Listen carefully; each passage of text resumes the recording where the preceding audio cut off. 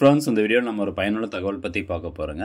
அதாவது பட்டா மற்றும் இதர சான்றிதழ்கள் வேண்டி விண்ணப்பிக்க வருபவர்களிடம் அரசு இ-சேவை மையமோ அல்லது தனியார் இ-சேவை மையமோ பொதுமக்களிடம் கண்டிப்பாக இதை கேட்கக்கூடாது அப்படின்னு சொல்லி மாவட்ட ஆட்சியர் அவர்கள் உத்தரவிட்டிருக்கிறாரு. தமிழக அரசு சார்பாக இந்த உத்தரவு வந்திருக்குது.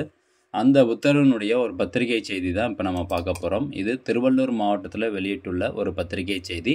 இது திருவள்ளூர் மாவட்டத்திற்கு மட்டும் பொருந்தாதுங்க. இது எல்லா தமிழ்நாட்டில் இருக்கக்கூடிய எல்லா மாவட்டத்துக்கும் இது பொருந்தும். அதனால் இதில் என்ன சொல்லியிருக்காங்க அப்படிங்கிற தகவலை முழுசாக தெரிஞ்சுக்கோங்க. அதாவது திருவள்ளூர் மாவட்டத்தில் உள்ள அனைத்து தனியார் மற்றும் அரசு இ-சேவை மையங்களில் பணிபுரியும் பணியாளர்கள் பட்டா மற்றும் இதர சான்றுகள் கோரி விண்ணப்பம் செய்ய வரும் விண்ணப்பதாரர்களிடமிருந்து விண்ணப்ப கட்டணமாக அரசு நிர்ணயம் செய்த தொகையை விட கூடுதலாக ரூபாய் 200 வரை கோரப்படுகிறது எனவும், மேலும் பட்டா மற்றும் இதர சான்றுகள் கோரி வரும் பொதுமக்களிடம் தாங்களே சம்பந்தப்பட்ட அலுவலகத்தில் இருந்து பட்டா மற்றும் சான்றுகளை பெற்றுத்தருவதாக கூறி அதன் மூலம் அதற்கு ஈடாக தொகையினை பெறுகின்றனர் எனவும் மாவட்ட நிர்வாகத்திற்கு பொதுமக்களிடமிருந்து தொடர்ந்து புகார்கள் வந்த வண்ணம் உள்ளன.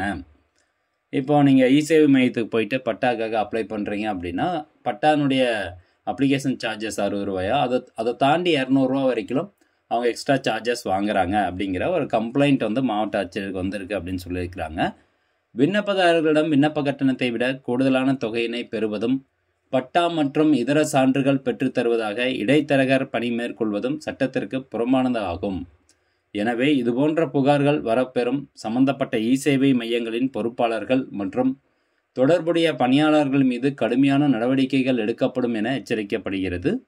மேலும் சம்பந்தப்பட்ட நபர்கள் உடனடியாக பணியில் இருந்து விடுவிக்கப்படுவார்கள் எனவும் அவர்கள் மீது குற்றவியல் நடவடிக்கைகள் எடுக்கப்படும் எனவும் தெரிவிக்கப்படுகிறது. மேலும் திருவள்ளூர் மாவட்டத்தில் உள்ள அனைத்து வட்டாட்சியர்களும் தங்களுடைய ஆளுகைக்குட்பட்ட பகுதிகளில் இயங்கும் சேவை மையங்களில் இ-சேவை மையங்களில் கண்காணிப்பு பணி மேற்கொண்டு மேற்படி புகார்கள் வராத வண்ணம் உரிய நடவடிக்கை எடுக்குமாறு தெரிவிக்கப்படுகிறது அப்படின்னு சொல்லி இதில் சொல்லியிருக்காங்க. திருவள்ளூர் மாவட்டத்தில் இந்த இ-சேவை மையத்தில் இந்த மாதிரி நீங்களும் பேஸ் பண்ணுறீங்க அப்படின்னா கீழே ஒரு மொபைல் நம்பர் கொடுத்துருக்காங்க, லேண்ட்லைன் நம்பர் கொடுத்துருக்காங்க பாருங்கள்.